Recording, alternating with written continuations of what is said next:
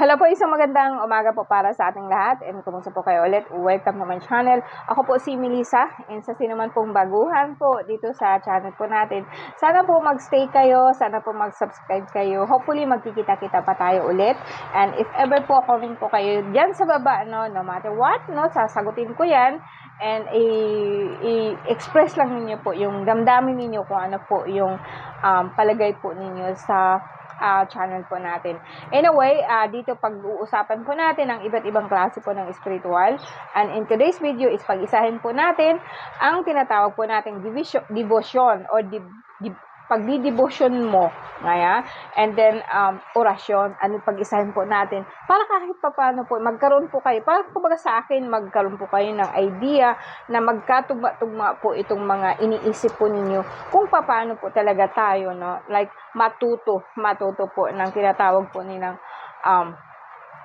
pagpasok po sa mundo po ng spiritual, no? But before that, let us declare the four names of God, which is Yahweh, Vavhe, declaring po sa lahat po sa inyo na nandyan po, no?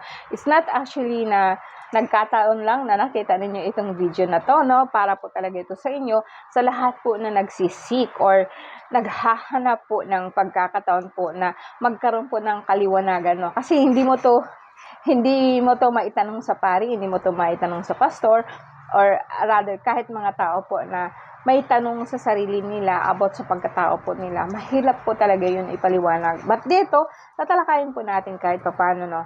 Anyway, yung latest vlog ko is about po sa devotion and sa orasyon. Ngayon, pag-isahin po natin to. And like, parang magkaroon po kayo ng idea na magkasunod-sunod po na, kumbaga sa akin is like, ano po ba yung devotion, no? And as I said, doon sa panoorin po ninyo yung devotion at saka yung orasyon para magkaroon po kayo ng idea. So, ito yung pinaka-ano po natin na, kumbaga, is like, hopefully po na may express ko po sa inyo ang ibig kong sabihin, ano. So, ano po ba yung tinatawag po nating devotion, no? So, ang devotion po, marami po yan, ha? So, hindi lang po yan nagbe-base po sa Katoliko, although marami sa atin, no, ano lang po ng mga tao po na nagdedeboto sa mahal na Nazareno. Makita ninyo guys, yung talaga po, kahit po siksikan, kahit po makahipo lang po sa mahal na puon. And, sa akin, although sabihin po natin na over-exaggerated po yan, no? Actually, pwede ka pong makipagdeboto po in secret or sikreto po na hindi mo kailangang pumunta doon, hindi mo kailangang no. Kumbaga sa akin is like, hindi ang pagdideboto is not only for the season. Hindi siya season lang. Like, ito ang araw po ng, ito po ang buwan po ng mahal na puon. Although, kung malakas po kasi ang energy nung lahat po kayo, parang kumbaga sa akin, no, kawawa naman po ang mahal na Nazareno na pinahirapan po natin, no. But then, ayoko din po na sampalin ako ng mga Katoliko. I'm a Catholic po talaga, no. Pero para sa akin, God actually is not on the cross, no. Wala po siya sa cross. Wala po siya sa simbahan, wala po siya nandito po siya sa puso ko. That's how I believe, no. So, sa akin, but then, iyon po ang tinatawag po nating example po ng deboto. Yung pag nagdideboto ka kasi, devotion is means supreme love.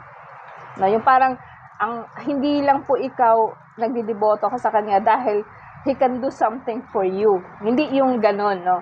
Although mayroon kang paniniwala na sa kanya na hindi kanya iiwanan kahit anong mangyari. Ayan po ang paniniwala ko sa pagdidebosyon mo, no. So, maraming devotion, no? Maraming nagdi-devotion ka sa trabaho mo, na halos yung tinatawag po ng workaholic.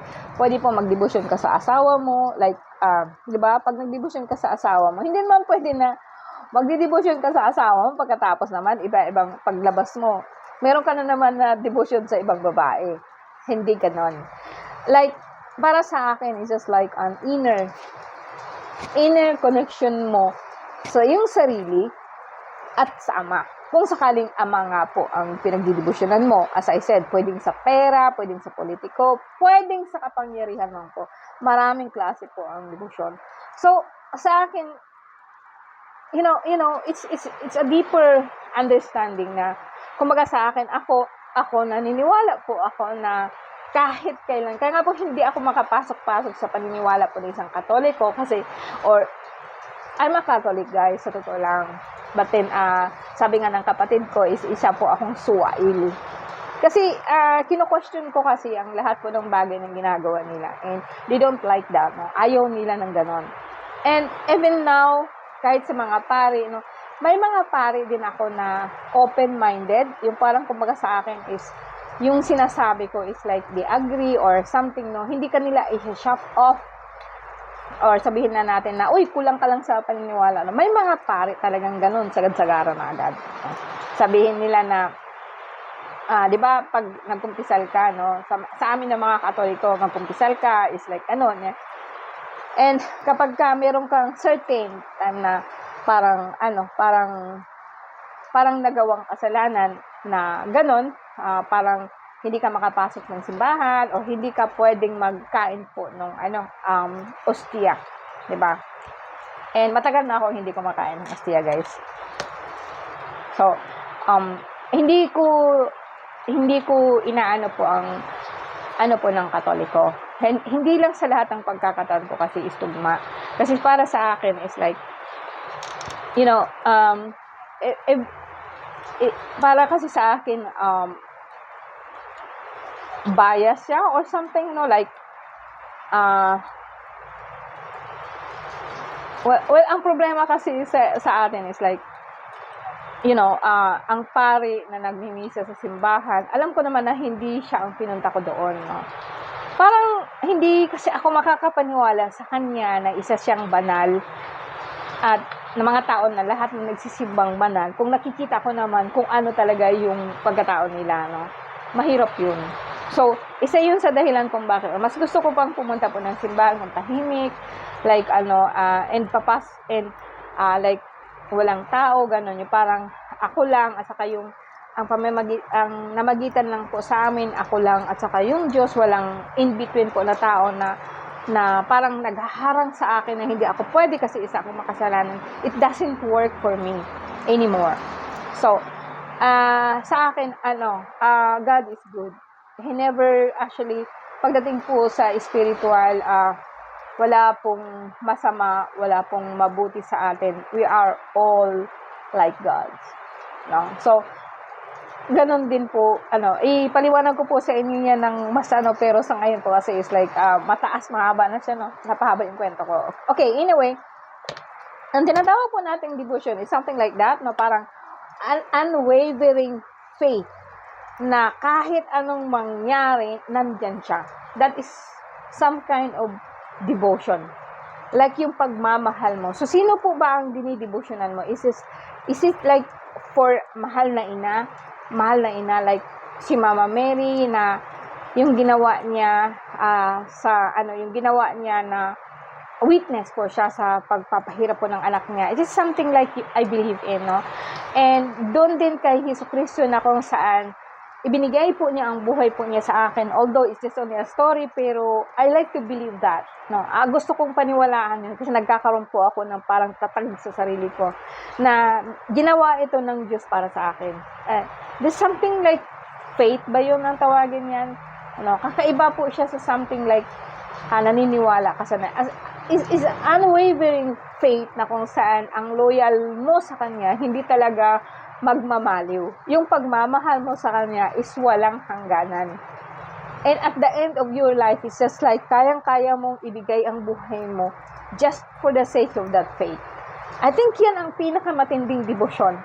Hindi mo na kailangan ng orasyon dyan, no? Hindi mo na kailangan ng Kasi dati, as I said, di pa ako gumagamit ko ng orasyon, no? Pero, since na ngayon nga po, sabi ko nga sa inyo, lahat po gumagamit ng orasyon. So, I tried po na i-try po yun na i-connect po siya para po sa mga tao po, at least gustong malaman kung paano po siya gagawin, no? Let's say, for example, you have your unwavering way to say, sabi ko nga sa inyo, it's like you have to connect to yourself, no? Ano po ba ang gusto mo? May mga tao kasi na parang gusto nilang mag-aral po ng spiritual dahil po namatay sila, no? And may nakita po silang kakaiba, like nagkaroon po sila ng minds opening na ganito pala ang mundo natin, no? And meron din mga tao po na bumaba po masyado po yung bagang trials nila, sobrang-sobra. and gusto nilang alamin kung totoo po ba ang Diyos o pinaparusahan na po. So, it's okay. No? No matter what your reason is, kung papasok ka dito, is just like, basta at least taos siya sa puso. Kasi hindi lahat po, guys, nakakapasok. Pero hindi ibig sabihin po na hindi ka banal. Hindi totoo yan, no? Hindi totoo yan. Kahit kailan, lahat tayo is banal. Ang tao yung pinag-usapan na, hindi yung ititiha. Ang tao is, like I said, no, parang nananahimik tayo dito sa mundo natin. And then something na nakialam sa atin. Pinakialaman tayo. Binigyan tayo ng isip. Binigyan tayo ng puso. Binigyan tayo ng isip. Binigyan tayo, tinuruan tayo ng gumawa ng mga bagay-bagay. And then after that, mayroong mga tao na, mayroong mga ibang hindi na agawin yung ganito, ganyan, ganito, ganyan. So, in short, like, kung tayo lang, kung walang nakialam sa atin, we are good. Well, very, very good. Kumbaga sa akin, we just do like animal did, no? Like, masaya ka sa ulan, sa hangin, wala kang pakialam. That's actually human beings before, no? Parang tao yun dati, no? Na, we are actually an animal. That's why nga ni kahit anong gawin mo, animal ka talaga, pisti ka, hayop ka. Di ba? Pag minura tayo, that is your lower self, but I don't think na it's unholy, no? Ang ahas hindi siya unholy kung kakagatin ka niya, because that is his nature. Yun ang gusto kong ipaliwanag sa inyo, guys, na actually ang unggoy sasaktan ka niyan kapag naghihingi siya ng pagkain. Ngaya ang mga hayop, aso, kakagatin ka niya kasi that's what he is. Like, di ba nakita niyo yung aso, taga-bantay? Pag pumasok ka sa bahay nila, tapos hindi mo alam, tapos pumasok ka pa rin, nagkahul na bagayan, tapos pumasok ka pa rin, tapos syempre kakagatin ka talaga niyan. Kasalanan ba ng aso yon? Ano ba yon? Nagiging malupit ba ang aso na yon? Or mano ba yun? Sa inyong dalawa, ikaw tao, tsaka ikaw itong aso, alin sa inyo ang stupid? Or alin sa inyo po ang talaga pong walang utak na yung gumagana? No. So, the simplest way to determine na ang nature, actually, you cannot crush or hindi ka pwedeng bumangga po sa natural causes po ng mundo natin. And that's how I see things is like, kung ang ahas, mag-ingat ka talaga niyan. Kasi kapag naipit yan, kapag nasukol yan, talagang kakagat yan. And mapapatay ka talaga niyan dahil po sa venom niya. Pero actually, hindi man niya kasalanan yan. He just protecting itself. No? Alam kong pinapatay talaga na yun. Kasi sobrang takot nga po natin. Kasi baka nga po madisgrasya yung pamilya natin, ganito, ganyan. But then, that is nature. Nature itself. Iyon ang paniniwala ko. No? And then, sabihin po natin na yung devotion mo, yung paniniwala mo is like, super duper po. So, kung maniniwala ka po sa mahal na ina, sa feminine energy, sa male energy, sa young, like infant energy, so, lahat yun is energy. You cannot really say na yung God, yung ganito, ganyan, si Ama, kasi I believe that whatever it is in front of you, kasi sabi na baga, tinanong baga siya na, what is God? Who is God? Ang sagot po niya is, I am that I am. So, and I believe that God is in everything. So, lahat yan, bad or good, nandun siya. No? So, paano mo masasabi na, hindi mo masasabi na unholy po ang isang something kung actually it's just nature by itself. No? Yun ang gusto kong iparating sa inyo, guys. And then, sabihin po natin na, si gusto mong mag-devotion. Like I said, it's an unwavering faith. Naniniwala ka sa Kanya no matter what. And, kung isa kang Muslim, so of course, you believe in Allah. No? So, kung then, nagdi-devotion ka na sa Kanya. It doesn't mean na kailangan mong magdasal ng ganito, ng ganyan. Kasi sa akin, magdasal ka ng 42 days. And then after that, wala na. It's not devotion. Kasi ang devotion kasi is not an act. Hindi siya action. Although kasabay yun sa mga ginagawa mo. But actually, you cannot do things if you don't feel inside. No? Hindi ka naman pwedeng mag-devotion sa Kanya na magdasal ka po sa Kanya, umaga, tanghali, gabi, limang beses. But then, hindi pumapasok yung dinadasal mo sa puso mo. It's useless. Useless po yan. No. Pero kung magdidibusyon ka sa Kanya dahil gusto ka talagang makapasok, oh my Lord, no, let me in. Let me in. Actually, at that time po, nakapasok ka na kaagad. Pero kasi ang Diyos kasi, para sa akin, no, madali siyang kausapin, no. Hindi mo na nga kailangan kausapin siya because you know, alam niya kung anong iniisip mo, kung ano kung ano po yung nasa puso mo, no. So sa akin, sabayan mo siya ng dasal kasi we all ang orasyon kasi, that is also some giving power by us. Hindi ko rin maiisantabi ang kapangyarihan po ng pagtaram o pagsabi. Kasi binigyan ka po ng capacity to express what you feel. Kaya magiging makapangyarihan po kung ang sinasabi mo is like galing dito sa puso mo. Aling i-orasyon mo siya. And then that's it, no? Talaga pong sa astral niyan, magliliyab ka sa apoy kung sakasakali po. Talaga pong ang mo, it's like, So, ang orasyon kasi is just like mantra. Ang devotion or like pag-pronounce po ng paulit-ulit, like pag nanam po ng yung reasoning mo. Diba?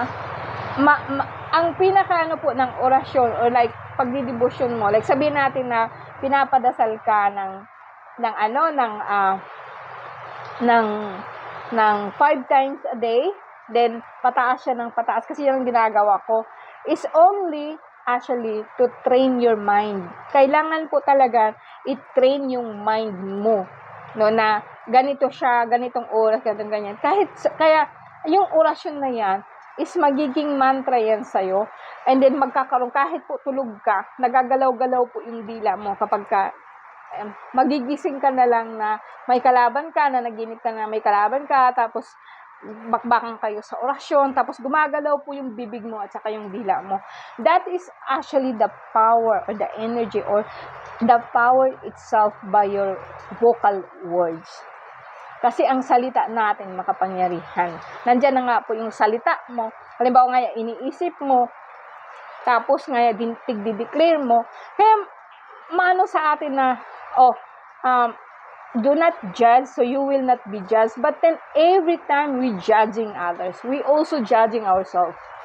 So sa akin na lang, so may time po na talaga pong kailangan mo, so you set aside po ng pagdidevotion mo. Let's say for example sa mahal na ina, isipin mo siya, yung bagang kahit hindi ka magdadasal, naiisip mo siya. Alam mo yung parang na-in love ka, no? First time na na-in love ka sa isang tao, di ba halos siya na lang dyan sa isip mo, siya na lang laman ng isip mo, tapos lahat kumukuti-kuti-kutitap. That is your mind na occupied po ng isang something. Pero ang mind na yan, actually, halimbawa nga nai-inlove ka sa isang tao, it's not actually na may kasalanan siya, ikaw yung nagkaroon ng feeling sa kanya. That's actually how devotion is. And then actually like, gusto mo talagang, okay, we just put it simply guys, no? Mas madali siguro, no? Like ako noon, yung nag-start po ako kasi is just like, I really want to make my father or like sa ama na kaya din po niya akong I wish or I'm praying na he will also be proud sa akin. Alam niyo yun? Yung bagang ang ama ko, yung Diyos natin is like, di ba sinabi niya, this is my son, Jesus Christ, which is I'm very proud also.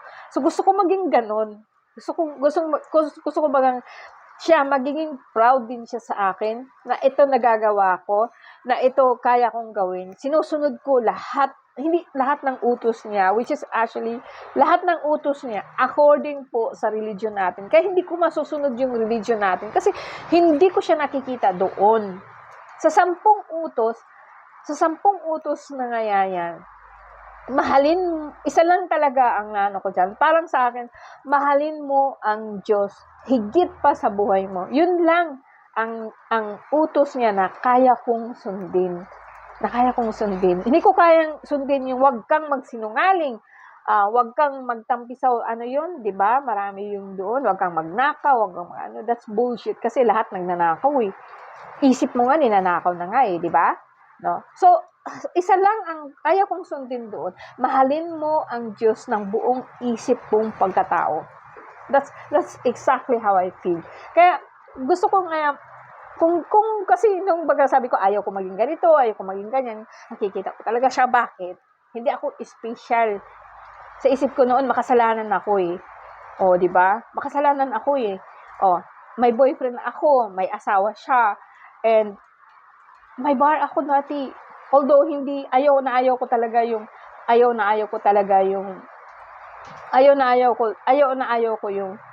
prostitution. Pag-abuso sa mga babae and pag-abuso ng ating dangal. Yung kumbaga sa akin, para kasi sa akin is like pag ganun ang ginagawa mo, just like wala kang tiwala sa sarili mo. Like kumbaga sa akin, you are mocking God. Kasi ganito na lang ang gagawin mo dahil hindi mo kayang kumita ng pera bukod doon sa ginagawa mo. No. Pero sa akin gusto kong masaya. I enjoy in the bar, enjoy drinking drinks, listening to music. Ganun, gusto ko ng mga ganun, no. And lalo na pag ako lang mag-isa, yung walang I like to drink like isang tequila. No, paborito ko 'yan, yung tequila, tapos magmuni-muni, tapos mag-drinks, tapos mag-listening ng music. Gusto ko yung ganon, no. And yan ang pinaka-hobby ko noon. Kaya nagkaroon po ako ng bar. And then after that, nakita ko na yung lahat ng mga class ko, ng mga tao na hindi maganda. No, pero ang inaano ko sa inyo is just like, so kung magdi-devotion ka po, is just like, sabi ko nga sa iyo, is just, hindi, ang dasal, or yung tinatawag po nating 42 or 49 days na magdadasal ka para makapasok ka, actually, it's just only training your mind. Yung brain mo na mag-function po siya, madiscipline po siya. And also, like disciplining yourself, it has nothing to do with devotion. It's nothing to do with devotion. No? It has nothing to do na mag-devotion ka sa manama. Hindi po yun, no. It has nothing. Ang orasyon po natin or ang dasal po siya na magdasal ka alas 6, alas 6, alas 9, alas 12, alas 3, alas 6, alas 7 bago ka matulog. Actually, it's just only training your mind. It's just only disciplining your mind, disciplining yourself. In that way po, para matuto ka po mag-discipline. Pero has nothing to do with devotion, sabi ko nga sa inyo. Pero kung nag-devotion ka na nga, kumbaga sa akin, meron kang inner self, sabi ko, mag-connect kayo sa sarili nyo, ba't niyo ito gagawin? It must be something like, na gusto mong ma-solve ang problema sa mundo. Pero in that way, kasi gusto mo makatulong talaga sa ibang tao na, dati, ganun ang, ko. Pero now, I think it's my perception is different. Parang naiintindihan ko na lahat, no? So, itong mga tao po na hindi po nila alam yun, di ko sinabi na may mga tao talaga po na kailangan mong turuan at saka hindi mo maiwan-iwan. Iyon ang ko na ngayon na, alam ko na ngayon ito lahat, ganito ngayon pala, ganito ngayon. Paano naman yung mga tao na walang alam? No, paano naman po yung mga tao na nahihirapan sila? Hirap na hirap sila sa buhay nila, emotionally, spiritually. Hindi yun maibigay sa pera, hindi mo yun magagawa sa therapy, hindi mo yun makikita sa mga kaibigan mo, hindi ka makapagsabi ng problema mo sa magulang, hindi ka makapagsabi sa kapatid, lalong-lalo na sa mga pari. Because they will just tell you na you just lack faith. No, iba po ang mga tao po na nag-awaken na, yung parang nagigising na sila sa katotohanan, lalo pong malungkot ang mundo nila. Isa po to sa mga dahilan kung bakit di ko kayo maiwan-iwanan.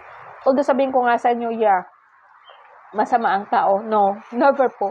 Ang tao hindi masama. Yung entity na pumapasok po sa kanya na hindi taga dito, yan po ang masama. Tapos, sinisira niya ang utak mo, yung puso mo, kumbaga sa akin.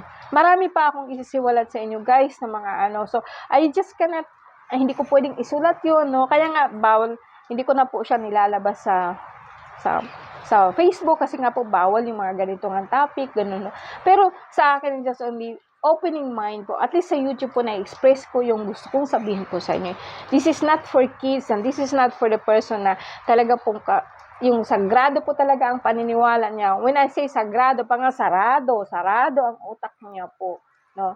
No, sa mga bagay-bagay po. Na siya lang ang tama, sila lang ang tama, tapos tayo mali.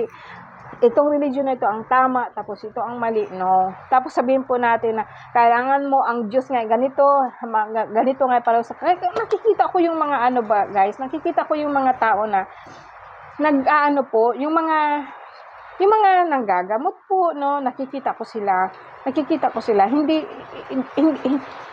malayo sila sa katotohanan po. Nature itself is God. So, hindi mo pwedeng paalisin ang lahat ng mga elemento because they are part of the world. Para kang baliw niyan. No? Para kang baliw niyan. Nawawala ka sa sarili mong utak pag ganun. Pag sabihin po ngayon, may orasyon ka na po na ano. Tapos, tinalo ka kasi ang akala mo, ikaw ni si Moses, kailangan mong magbinhi sa mga babaeng yan. No? Nakakatawa, di ba? Na wala ka na sa mundong to. Dapat po, kung ano yung pinapaniwalaan mo, i-actual mo siya sa totoong buhay. Kasi ang totoong buhay, ang physical at saka ang spiritual, they were just like, hindi mo naman pwede na ang kaliwa mo is yung kaliwa mo, hindi nakikita, hindi nagana, tapos ito lang. Parang sabihin mo na rin na yung subconscious mo or yung right side mo, sabihin po natin na right side, that is your reasoning, that is your yung ano ba, yung logic, yung tama, yung 1 plus 1 is equals 2. Hindi naman pwede na sa lahat ng pagkakataon, i-insist mo talaga na ang 1 plus 1 is equals to 11. Diba? Pero pwede mo namang sabihin na ang isang sako, puno yan, ang isa naman kalahating sako, hindi yan magiging 2 sako, di po ba? No, di ba? Kasi sako pinag-uusapan, hindi naman yung numero. Pero actually, that's how our mind is. Itong ano natin, itong right side natin, ito yung natutunan mo, yung sa simbahan po natin. I'm not saying, guys, na I am Catholic. Yes. Pero ang tinuturo ko nila is limited. Limited po. Actually, you can actually more absorb po sa God. Kasi actually, God is unlimited. Pero ang sinabi nila is very limited to my mind. That is to my perception. Pero, kung wala po ang Katoliko, ano ako? Diba? Ano ako? Hindi ko makikilala ang mahal na ina. Hindi ko makikilala ang ganito. Kasi, kailangan mong matuto basic. Basic ba? No? And then, after that comes intuition mo. Then comes, mo. So, ang orasyon, hindi siya nagbabase sa, eto ang orasyon sa ganito. Eto ba, napanood ko nga yung si GMA na hindi naman actually Latin kasi mahalo. No. As I said, kahit Bisaya pa yan, Tagalogin mo, Bisayaon mo, magiging Latin yan kapag ka mantra, tapos alam mo kung para saan. No. Kaya yung mga nagko-comment ng mga very ang kaalaman nila, you better, pero hindi ko sila sinisis kasi hindi nila nakikita yung mundo, yung totoong mundo ng spiritual. They just see physical. Ng physical po ng mundo po natin, yun na po nakikita nila. So, sa akin, that's it, no? So, devotion, no, is unwavering faith and believing in something. And then, dagdagan mo po siya ng kung anong paniniwala mo, na anong gusto mong baguhin, gusto mong pagalingin yung sakit mo. That is your passion. That is your, gusto mo talaga siyang tulungan. And then, trigger itself. This is sinabi ni Jesus baga, na nung napagaling niya ang mga sakit. No? Because, naaawa siya, hindi niya kayang tingnan na yung babae na iyak. Hindi niya kayang tanggapin. Kaya, gagaling po siya in the name of your faith, no? At saka yung awa mo. Kasi yung awa, feelings yun. Your feelings, your emotion, yung imagine. Kung naaawa ka sa kapitbahay mo na walang bigas, walang pambili, it doesn't help them, bigyan mo sila ng bigas. Hindi yun makakatulong sa kanila. Rather, kailangan mong bigyan ang isip po niya, i-bless mo po siya para po magkaroon po sila ng blessing. Don't look at the person, how poor he is. Tingnan mo siya, kung mahirap siya ngayon, huwag mo siyang tingnan. Kaya naaawa ako sa kanila, no, you shouldn't be. Kasi God is good. No? Kung magkasakit yan, huwag kang maawa. No, huwag kang maawa. Sabi ko nga sa'yo, awa. No. From awa, mag-ibok ka po ng feelings and then bless. I-bless mo siya. Yun na po yung orasyon mo. I-bless mo siya para gumaling siya. At that time, hindi niya kayang gawin yun kasi nga masama nga pakiramdam niya eh. Hindi ka naman talaga hindi ka talaga makapag-concentrate kapag masamang pakiramdam mo, di po ba? So, ito na yung time po na yung feelings mo, kasi sa akin, actually, it's just only anong tawag yan? Yung parang chemistry. You just change. Okay?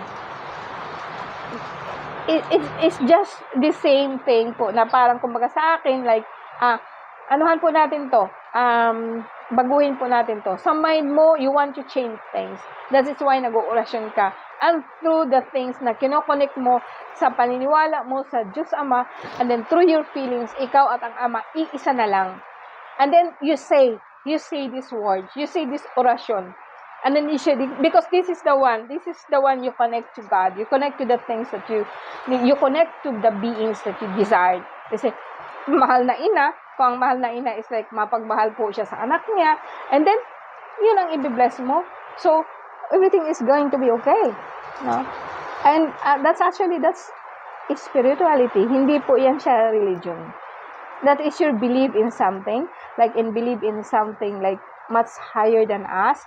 Maniniwala ka po na may mas mataas po sa atin. Maniniwala ka po talaga na may Diyos po siya, but hindi po siya malayo. Wala po siya sa simbahan, wala po siya sa cross. Nandito siya sa atin. Nandito sa isip mo, nandito sa puso mo. Pag-isahin mo yung isip at saka puso mo, everything is gonna be okay. So, yun lang po guys, no? Alam ko naman na mahirap siyang gawin actually kung hindi mo naranasan. Kaya, i-try mo siya sa mga maliliit po na bagay. No? Hopefully, naka-share po ako sa inyo guys ng something good. And, add po ako ulit sa inyo. Thank you very much po. Sana po kita-kita tayo ulit. Maraming salamat po, no? Nawa po, paspasan po kayo ng mahal na Ama na ang Espiritu Santo. And by the power of Yahweh, Bauhe, Hisum, Yeshua, salamat po. Biyak sa lahat ng mga kasama ko sa likod ko. And then we wish you po very good. And sana po okay kayo. Sana po magkita tayo ulit. Maraming salamat po.